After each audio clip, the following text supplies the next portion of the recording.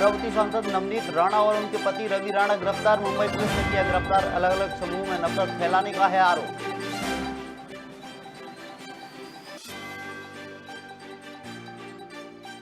उत्तर प्रदेश में uniform civil code लागू करने की तैयारी। उप मुख्यमंत्री केशव प्रसाद मौर्य ने कहा, पूरे देश में एक कानून किया जाए लागू।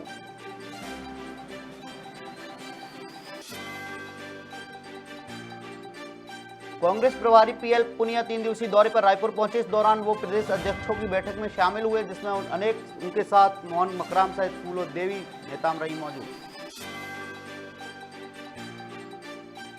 इंदौर कलेक्टर प्रधानमंत्री उत्कृष्टता पुरस्कार से हुए सम्मानित। स्वच्छ भारत मिशन के तहत कलेक्टर को मिला सम्मान पाकर भावुक हुए कलेक्टर।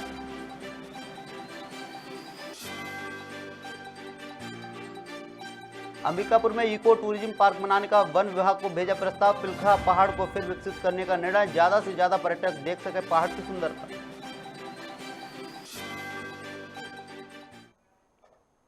नमस्कार, मैं हूं वरुण, आप देख रहे हैं खबर भारत। खबरें विस्तार से। मुंबई के खार इलाके में अमरावती सांसद नवनीत राणा और उनके पति रवि राणा को मुंबई पुलिस ने गिरफ्तार कर लिया है। उन पर अलग अलग समूह के बीच नफरत फैलाने का आरोप है। इससे पहले राणा दंपत्ति के आवास के बाद शिवसेना कार्यकर्ताओं ने विरोध प्रदर्शन किया। सैकड़ों कार्यकर्ताओं ने उनके आवास के बाहर देखा गया। इस बीच नवनीत और उनके पति रवि राणा को खार पुलिस स्टेशन लेकर पहुंची। इस दौरान नवनीत ने कहा कि हमें जबरन यहां लाया गया है। उन्होंने देवेंद्र फडणवीस से मदद की गुहार लगाई है।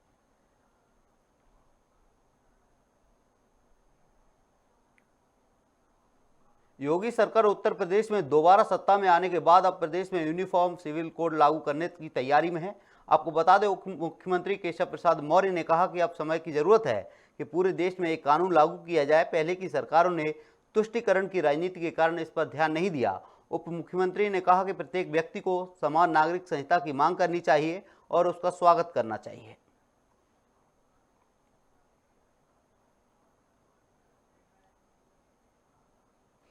अंबिकापुर में इको टूरिज्म पार्क बनाने का प्रस्ताव वन विभाग को भेजा गया है। दरअसल पिलखा पहाड़ को एक बार फिर विकसित करने का निर्णय लिया गया है, ताकि काफी संख्या में पर्यटक पिलखा पहाड़ चढ़कर उसकी सुंदरता को देख सकें। आज सीसीएफ सर और डीएफओ जी के साथ हम लोग गए थे। वहाँ पे पिलखा पहाड़ में, जो कि अंबिकापुर से एकदम लगा हुआ वन क्षेत्र है और लोगों की मान्यता से भी जुड़ा हुआ है, उसको संरक्षित कैसे करें, वहाँ पे पेड़ कैसे बढ़ाएं, वहाँ के जो पशु और वन प्राणी हैं उन लोग का संरक्षण कैसे करें, इसको लेके विस्तृत में चर्चा हुई। टूरिज़्म के माध्यम से वहाँ का संरक्षण कैसे करें और टूरिज़्म को बढ़ावा कैसे दें, ट्रैक ट्रेल कैसे बनाएं, फॉरेस्ट बचाने के लिए चेन लिंक फेंसिंग हो गया, अलग अलग वन प्राणियों का इंट्रोडक्शन की बात हो गई। इन सब चीज़ों पे विस्तृत चर्चा हुई, जिस पे विभाग अब एक एक्शन प्लान बनाएगा और हम लोग उसको अन्य अलग अलग मदों से जोड़ के पिलखा पहाड़ को आगे बढ़ा सकें। मध्य प्रदेश के मुखिया शिवराज सिंह चौहान ने ग्राम और नगरों में गौरव दिवस मनाने पर खुशी जाहिर की है। सीएम ने कहा, 14,000 गांव और 31 नगरीय निकाय में गौरव दिवस मनाया जा चुका है, जिसे लेकर प्रधानमंत्री नरेंद्र मोदी को भी अवगत कराया गया है। इतना ही नहीं, गौरव दिवस को मनाने के लिए गाँव के जो लोग बाहर होते हैं वो भी आते हैं।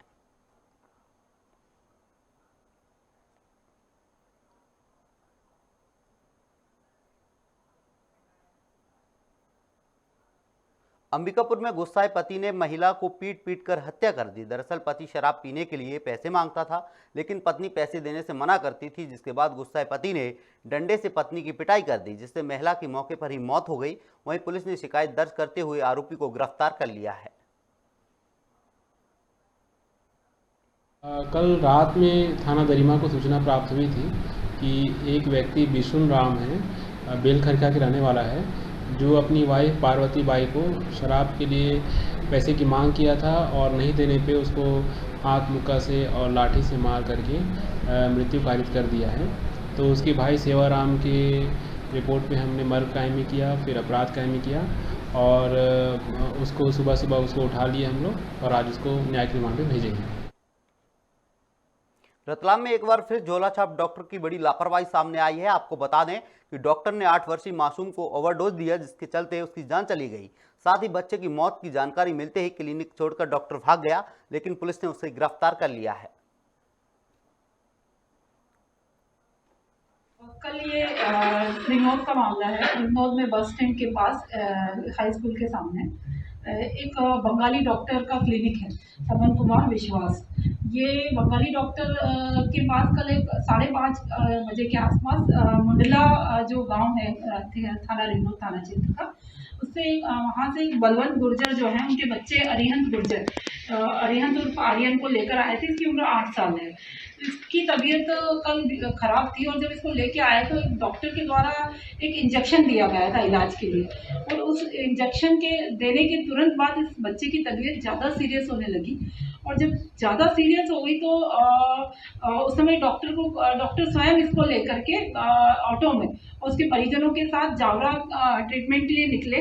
उस समय उस बच्चे की ज़्यादा सीरियस तबीयत हो गई थी, अनकॉन्शियस हो गया था बच्चा, और डॉक्टर इसको CH जावरा छोड़ के तुरंत भाग लिए। वहाँ इस बच्चे को जब डॉक्टरों ने देखा तो ये बच्चा मृत हो चुका था।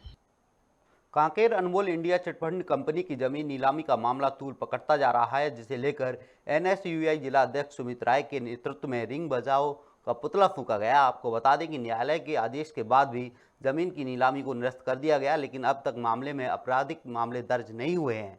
वहीं कार्यकर्ताओं ने पुलिस अधीक्षक को ज्ञापन सौंपकर कार्रवाई करने की मांग की है।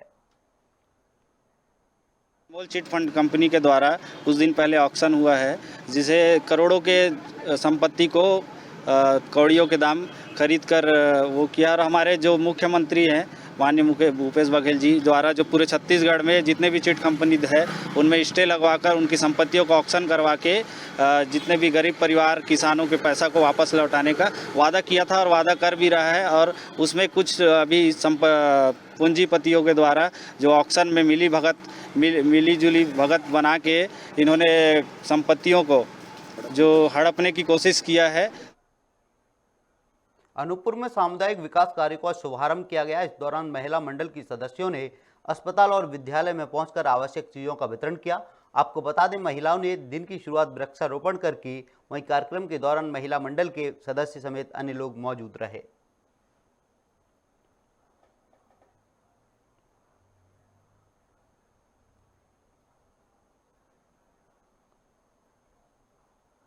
कांकेर पुलिस को बड़ी सफलता मिली है। पुलिस ने 50 लीटर महुआ शराब के साथ 2 आरोपियों को गिरफ्तार किया है। साथ ही आरोपियों के पास से बाइक जब्त की है। वहीं आरोपियों पर आबकारी अधिनियम के तहत कार्रवाई की गई है।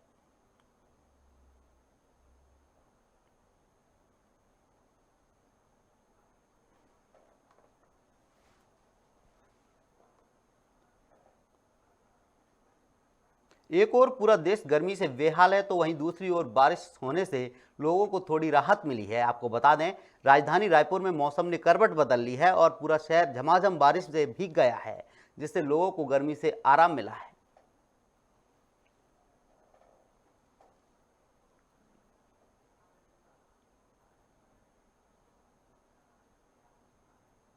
छत्तीसगढ़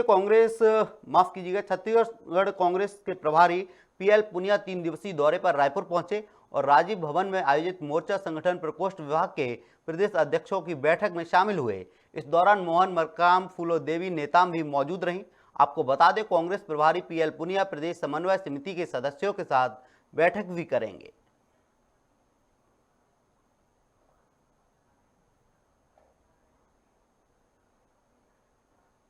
इंदौर कलेक्टर मनीष सिंह को प्रधानमंत्री उत्कृष्टता पुरस्कार सम्मान दिया गया है। आपको बता दें, जिसे पाकर कलेक्टर भावुक हो गए। कलेक्टर ने कहा, ये सम्मान इंदौर वासियों का है, क्योंकि इंदौर वासियों के सहयोग से ही सम्मान मिला है। आपको बता दें, दिल्ली के विज्ञान भवन में आयोजित समारोह में स्वच्छ भारत मिशन के तहत ये सम्मान कलेक्टर को मिला।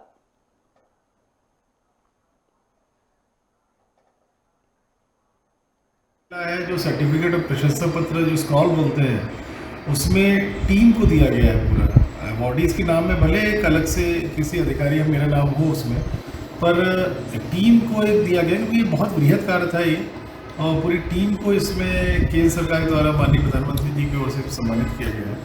सर, ये ग्रामीण क्षेत्र का भी इसमें सहयोग रहा है। ग्रामीण क्षेत्र की प्रेजेंटेशन में रखा गया, परिषदों का हम लोगों ने दिया था, उसको देखा गया था। और हमारे यहाँ गौतमपुरा, बेटमा, इन सब ने बड़ा अच्छा काम किया है। इसमें हाथों ने भी अच्छा काम किया है, तो उनका सबका हम लोगों ने बतलाया था उनको। और वहाँ भी जो इसमें 3rd राउंड ऑफ स्क्रीनिंग में जो वर्चुअल टूर किया था इन लोगों ने, तो उसमें शहर इंदौर के साथ साथ ग्रामीण के भी जो नगर परिषद है इसका भी वर्चुअल टूर किया था। बालाघाट जिला मुख्यालय पर जिले के सभी पंचायत सचिवों को मास्टर ट्रेनर ट्रेनिंग दे रहे हैं, जिससे पंचायत सचिव कंप्यूटर चलाने में सक्षम बन सकेंगे। आपको बता दें कि पंचायत सचिव ऑनलाइन काम के लिए प्राइवेट साइबर कैफे पर निर्भर रहते थे। इसी को देखते हुए सचिवों को ये ट्रेनिंग दी जा रही है, जिससे सचिव अपना काम खुद कर सकेंगे।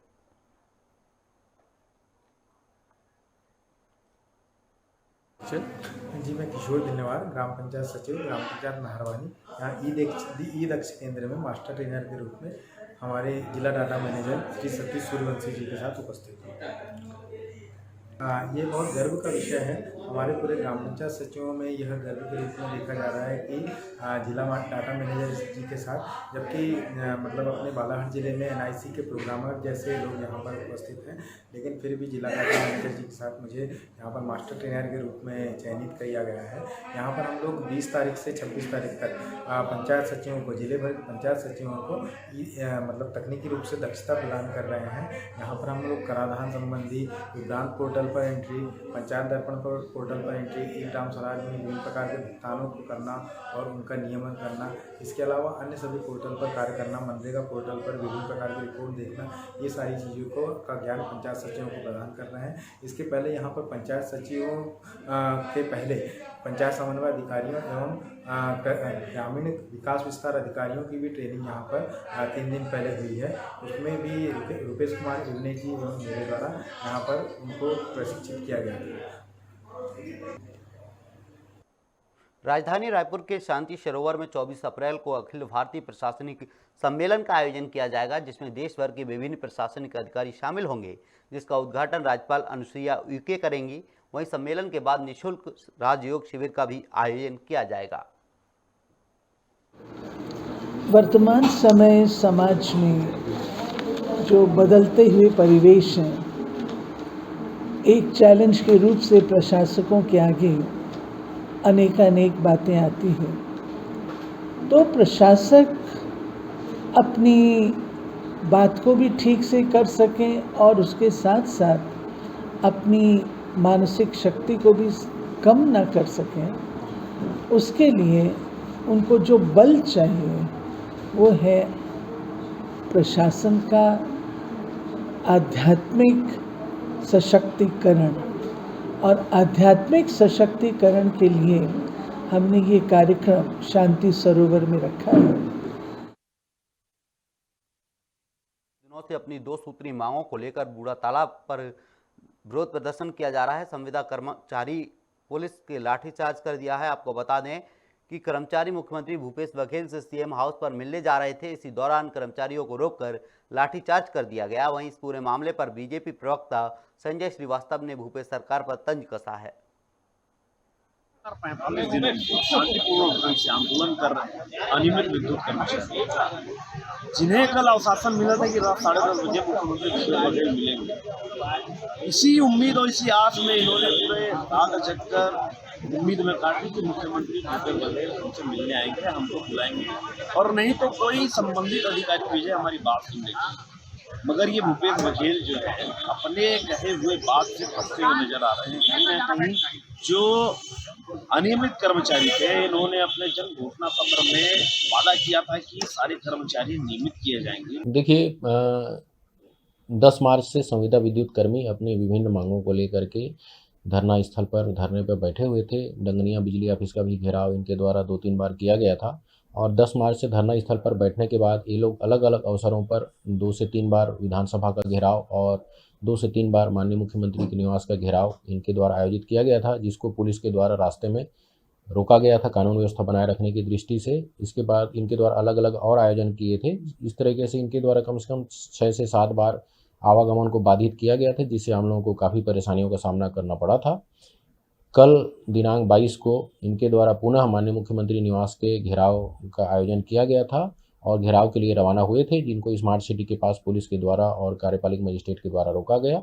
उनको यहाँ पे समझाइश दी गई और ये समझाइश को नहीं माने और ये जिद करके वहाँ पे सड़क पे बैठ गए और लगातार इनको समझाई दी जा रही थी। शाम लगभग 4 साढ़े 4 बजे से लगातार बैठे हुए थे। छत्तीसगढ़ के भूपेश बघेल की सरकार ने आज जिस तरीके से व्यक्ति की जो स्वतंत्रता का अधिकार रहता है, अभिव्यक्ति की जो आजादी होती है, उसको जिस तरीके से दंडात्मक कार्यवाही करके कुचलने का प्रयास किया, ये नवयुवक विद्युत संविदा कर्मचारी लड़के जो 45-50 दिनों से लगातार आंदोलन कर रहे हैं 2 सूत्री मांगों को लेकर, जो पारंपरिक रूप से नियम था पिछली सरकार के अंदर में कि 2 वर्ष के बाद इनको नियुक्ति किया जाए, इनको रेगुलर किया जाए, और जो लोगों के घर तक बिजली पहुंचाते हैं, ऐसे सेवा करते करते जिनकी मृत्यु हो गई, एक्सीडेंट हो गया, उन्होंने अनुकंपा नियुक्ति की मांग की सरकार से और उन पर लाठीचार्ज करके अपनी असफलता को छुपाने की, अपनी धर्मात्मक है को सामने लाकर जो व्यवहार किया है, इसका जीता जाता उदाहरण है कि सरकार अपनी कमजोरी से, अपनी असफलता से कितनी डरती है। वह शायद अन्याय है। हम न्याय के लिए गुहार लगा रहे थे भूपेश सरकार के लिए, लेकिन हमारे साथ अन्याय किया गया। हम शांतिपूर्ण तरीके से आंदोलन को कर रहे थे सीएम साहब से मिलने के लिए, बस हम समय मांग रहे थे कि हमको सीएम साहब से मिलने का अवसर दीजिए, क्योंकि हम 68 दिन हो चुका है, हमारे बच्चे, हमारे बीवी भूखे प्यासे, हमारे परिवार, तो यही मांग कर रहे थे सीएम साहब से हमको जल्दी से जल्दी मिल जाए और हमारी मांग कंप्लीट है। लेकिन फिलहाल इस बुलेटिन में इतना ही। आप बने रहिए खबर भारत के साथ। नमस्कार।